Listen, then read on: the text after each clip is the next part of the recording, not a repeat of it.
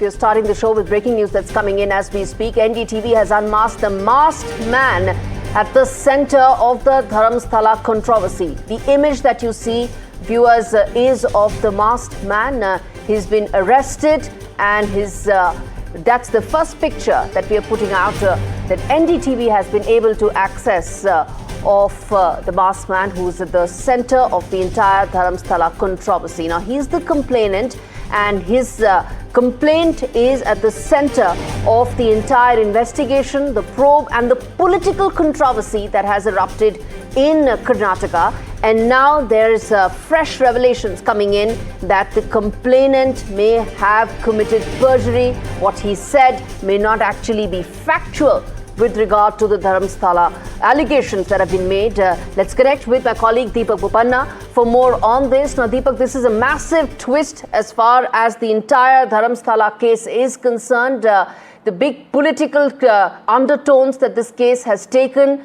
Talk to us about what exactly is it that you're learning as far as the identity of this masked man, and then we talk more about why what he's saying may not be correct. Well, what we can confirm, and this is of course based on very reliable sources, a part of the investigation, they have said that over the last several days, the SIT of course has been going ahead with various forms of investigation, trying to ascertain all the claims that have been made over time by this masked man, based on which of course the statement was recorded before the magistrate. Now, this is a statement that is taken under oath that, all the statements or the claims that he's making are in fact true. Now, because of the investigation and the findings, the SIT had reasons to believe that, he was actually making fabricated and false claims. Based on that, they've actually gone ahead and, questioned him further because they had some sort of evidence as well to show that he was actually making fabricated claims. And that has been confirmed. And that's the reason he's been taken into custody. This is, of course, mainly charges of perjury. There would be other charges that eventually, of course, would be included. This is now also an important aspect to note here that he was under a witness protection program. That is also something that he will lose and is now going to be produced before a magistrate anytime now is what I'm learning, and we have our teams there at Beltangadi who will be giving us more details as to when all of this procedure will happen. After he is produced before the magistrate, we are expecting the SIT to seek more custody or rather more time to question him. And when they do question him, what he will reveal about the people behind this, that is also going to be a very, very important aspect, because from what we are picking up, this individual, of course, has claimed that he was actually pressurized to say a few things. So who are these people who are pressurizing him?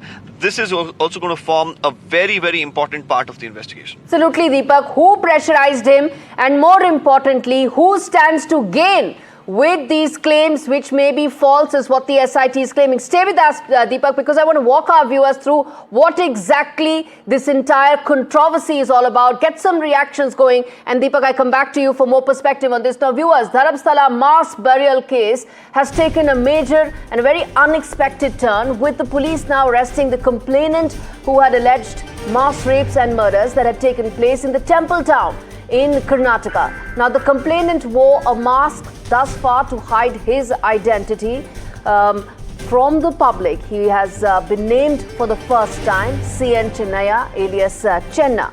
He had claimed to be a whistleblower in a case involving mass murders and burials and sought legal protection.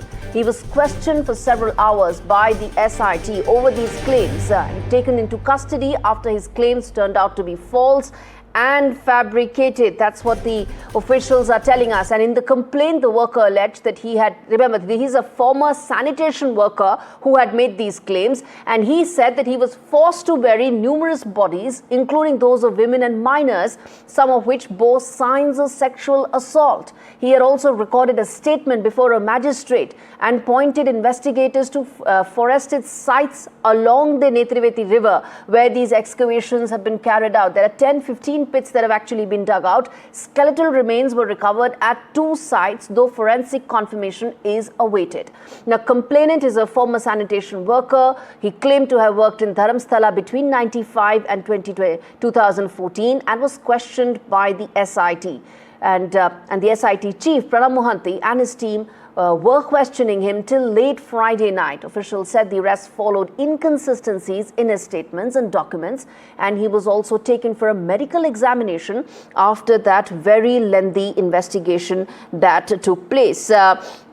Let's quickly now let's go back to Deepak, and then we'll also play out some of those sound bites of DK Shivkumar and others as well. But Deepak, let me come back to you. When you make a statement in front of a magistrate, and when that statement turns out to be false, fabricated, incorrect, then that's a very serious charge. That's actually committing perjury. Besides, of course, indicating that this may have been a motivated controversy created by some people. At least that's what it may seem like.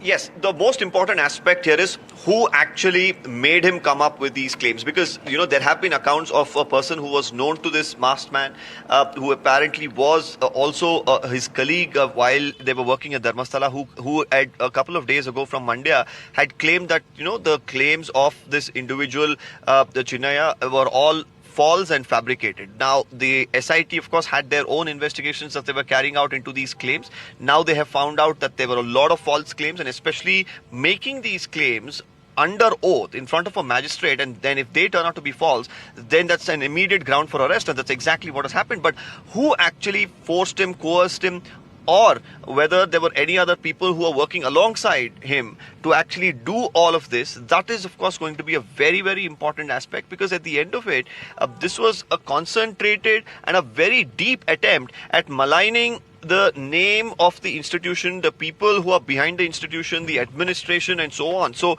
this is not the end of it. The arrest is just the beginning, the arrest of the masked man. We are expecting a series of arrests to follow, because there were a lot of people who are very vocal about this.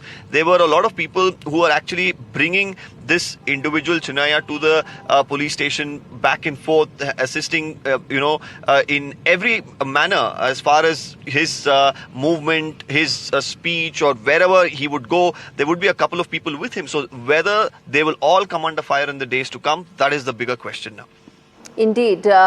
And the massive political overtones that this entire issue has taken in the last couple of days. Tell us what happens next now in terms of the BJP already attacking the Congress government, and what happens next there in terms of the political controversy surrounding the latest updates that are coming in as far as Dharmasthala is concerned. Well, the BJP has already said that they're going to start a Dharma Youth, and this was even before these developments took place, and this is of course going to give them some massive ammunition to attack the Congress. As far as Mr. DK Shivkumar is concerned, he has said that the BJP have always been fence sitters in this case, and they welcomed the SIT investigation, and even now it's the SIT that's just doing a fair job, and the truth will only emerge, and there is no for or against anybody. When the investigation is going to go on, it's going to happen in a fair manner, is the stand of the Congress. But the BJP of course goes on to say that there have been umpty number of cases which the Congress could have dealt with the formation of an SIT, but they chose this particular case, didn't really block any of the conspiracy theories and the entire maligning campaign that was being carried out through various channels. And this is why they are carrying out this protest, is the claim that has come in from the BJP, and we can only see, probably witness that the sort of protests or the charges against the Congress could only intensify from the BJP and the JDS combined.